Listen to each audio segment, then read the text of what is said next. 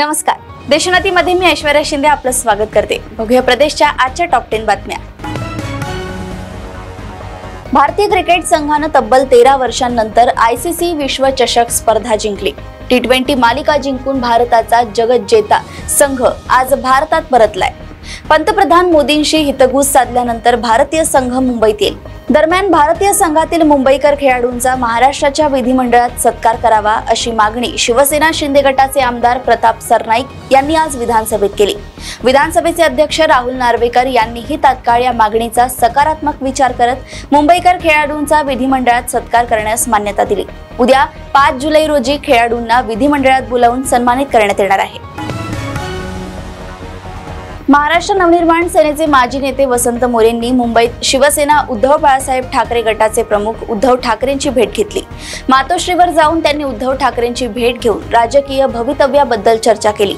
ते लवकरच ठाकरे सेनेत प्रवेश करणार आहे, त्यासाठीचा मुहूर्त देखील निश्चित झालाय। वसंत मोरेंनी ठाकरेंची भेट घेतली त्यावेळी तिथे राज्यसभेचे खासदार संजय राऊत, माजी खासदार विनायक राऊत आणि पक्षाचे पदाधिकारी उपस्थित होते। विरोधी पक्षनेते आमदार अंबादास दानवे यांचे निलंबन मागे घेण्यात आले आहे। अंबादास दानवेंच्या निलंबनात 2 दिवसांची कपात करण्यात आली आहे। उद्यापासून म्हणजे शुक्रवारपासून अंबादास दानवे सभागृहात येणार आहेत। दानवेंच्या निलंबनावर विधान परिषदेत चर्चा झाली, त्यानंतर हा निर्णय घेण्यात आलाय। अंबादास दानवेंनी पत्राद्वारे दिलगिरी व्यक्त केली होती। अंबादास दानवेंच्या निलंबनाच्या कारवाई संदर्भात भाजप नेते आमदार चंद्रकांत पाटील यांनी विधान परिषदेत प्रस्ताव मांडला। अंबादास दानवेंच्या निलंबन कालावधीत कपात करावी अशी मागणी चंद्रकांत पाटील यांनी केली। मुंबईतील मोक्याच्या जागा उद्योगपती गौतम अदानींना दिल्या जात असल्याचा गंभीर आरोप काँग्रेस नेते विजय वडेट्टीवार यांनी केलाय। पावसाळी अधिवेशनामध्ये आज विजय वडेट्टीवार यांनी आक्रमक शैलीमध्ये शिंदे सरकारवर मुंबईमधील जागांकडे लक्ष वेधताना घणाघाती प्रहार केला। दुग्धशाळेची जागा अदानींना देण्यास विरोध केल्यानेच सनदी अधिकारी तुकाराम मुंडे यांची बदली करण्यात आली, असा गंभीर आरोप विजय वडेट्टीवारांनी केलाय। लातूर शहरात मागील 7 दिवसांपासून धनगर समाजाच्या 2 तरुणांनी आमरण उपोषण सुरू केलंय।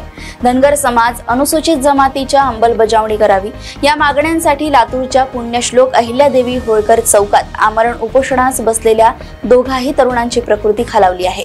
त्यांच्या उपोषणाचा आज 7वा दिवस असून तरीही प्रशासनाच्या वतीने या उपोषण स्थळी कोणतीही अधिकारी भेट देण्यासाठी आला नाही, असे आंदोलकांतर्फे सांगण्यात आले। आमरण उपोषणास बसलेल्या चंद्रकांत हजारे आणि अनिल गोयकर यांची प्रकृती दिवसेंदिवस खालावत चालली आहे। त्यांच्या उपोषणाचा आज 7वा दिवस आहे। अर्थमंत्री अजित पवार यांनी राज्य सरकारचा अर्थसंकल्प सादर करताना राज्यात मुख्यमंत्री लाडकी बहीण योजना सुरू करण्यात येत असल्याची माहिती दिली। मात्र या योजनेसाठी लागणाऱ्या कागदपत्रांवरून अनेक संभ्रम निर्माण झाले आहे।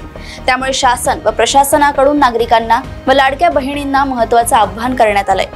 या योजनेसाठी नव्याने बँकेत खातं उघडण्याची गरज नसून बँकेत कुठलेही डिपॉझिट भरू नये, असे आवाहन नाशिकचे जिल्हाधिकारी जलज शर्मा यांनी केलंय। उपमुख्यमंत्री तथा अर्थमंत्री अजित पवार यांनी मांडलेला अर्थसंकल्प आज पुन्हा व्हिडिओच्या माध्यमातून समजावून सांगण्याचा प्रयत्न केला। महाराष्ट्रातील 13 कोटी जनतेसाठी माझा महत्त्वपूर्ण संदेश अशा आशयाने त्यांनी व्हिडिओ प्रसिद्ध केलाय। दरम्यान राष्ट्रवादी काँग्रेस शरदचंद्र पवार पक्षाचे प्रदेशाध्यक्ष जयंत पाटील यांनी अजित पवार यांच्या व्हिडिओवर खोचक शब्दांमध्ये टीका केली आहे। अर्थसंकल्प सादर करण्यात आल्यानंतर व्हिडिओमधून जनतेला सांगावं लागत आहे, ही इतिहासातील पहिलीच वेळ असेल, अशा खोचक शब्दांमध्ये जयंत पाटील यांनी टीका केली आहे। कदाचित श्रेयवादाच्या लढाईसाठी अजितदादांना व्हिडिओ करावा लागत असेल, असे म्हणत पाटील यांनी अजितदादांवर खोचक शब्दांमध्ये टीका केली आहे। पशुवैद्यकीय दवाखान्यातील सहाय्यक पशुधन विकास अधिकाऱ्यावर सातारा लाचलुचपत प्रतिबंधक विभागाने 15,84,000ची अपसंपदा जमवल्याप्रकरणी गुन्हा दाखल केलाय। सहाय्यक पशुधन विकास अधिकारी दिलीप महादेव नाझिरकर असे संशयिताचे नाव आहे। फलटण ग्रामीण पोलीस ठाण्यात लाचलुचपत प्रतिबंधक विभागाचे पोलीस निरीक्षक विक्रम पवार यांनी फिर्याद दिली आहे। नाझिरकर यांनी बरड व इतर ठिकाणी आपल्या पदाचा गैरवापर करून ज्ञात स्त्रोतापेक्षा 17,84,000ची अपसंपदा जमवल्याचे निष्पन्न झाले असल्याचे त्यांनी फिर्यादीत म्हटले आहे। अपसंपदा बाळगल्याप्रकरणी नाझिरकर यांच्यावर भ्रष्टाचार प्रतिबंधक अधिनियमान्वये गुन्हा दाखल करण्यात आलाय।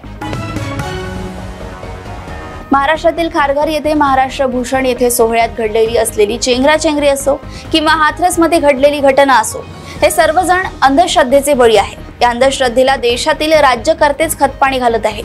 देशातील राजकारणीच बुवा आणि महाराजांना प्रतिष्ठा देतात, त्यामुळे असल्या दुर्घटना घडत असतात। देशाचा पंतप्रधानच सर्वात मोठा बुवा आहे, इथूनच भोंदूगिरी सुरू होते, अशा शब्दात संजय राऊत यांनी पंतप्रधान नरेंद्र मोदी यांच्यावर घणाघाती टीका केली आहे। विधानसभेची निवडणूक 2 ते 3 महिन्यांवर आली आहे, त्यामुळे आता जुमल्यांचा पाऊस पडणार असल्याचे वक्तव्य राष्ट्रवादी काँग्रेस शरदचंद्र पवार गटाच्या खासदार सुप्रिया सुळे यांनी केले। दरम्यान लाडकी बहीण योजना चांगली आहे, मात्र त्यामध्ये अटी शर्ती टाकल्या आहेत। खरंच योजना किती महत्त्वाची आहे याचा अभ्यास सुरू आहे। यामध्ये भ्रष्टाचार होऊ नये, योजनेचं स्वागत केलं पाहिजे असंही सुळे म्हणाले आहे। प्रदेशातील अशाच टॉप 10 बातम्या जाणून घेण्यासाठी बघत राहा देशोन्नती। आणि अजूनही तुम्ही आमच्या चॅनलला लाईक आणि सबस्क्राईब केले नसेल तर लगेच लाईक आणि सबस्क्राईब करा आणि बघत राहा देशोन्नती। नमस्कार। ठळक घडामोडींसाठी देशोन्नती न्यूज चॅनलला सबस्क्राईब करा आणि बेल आयकॉन प्रेस करा।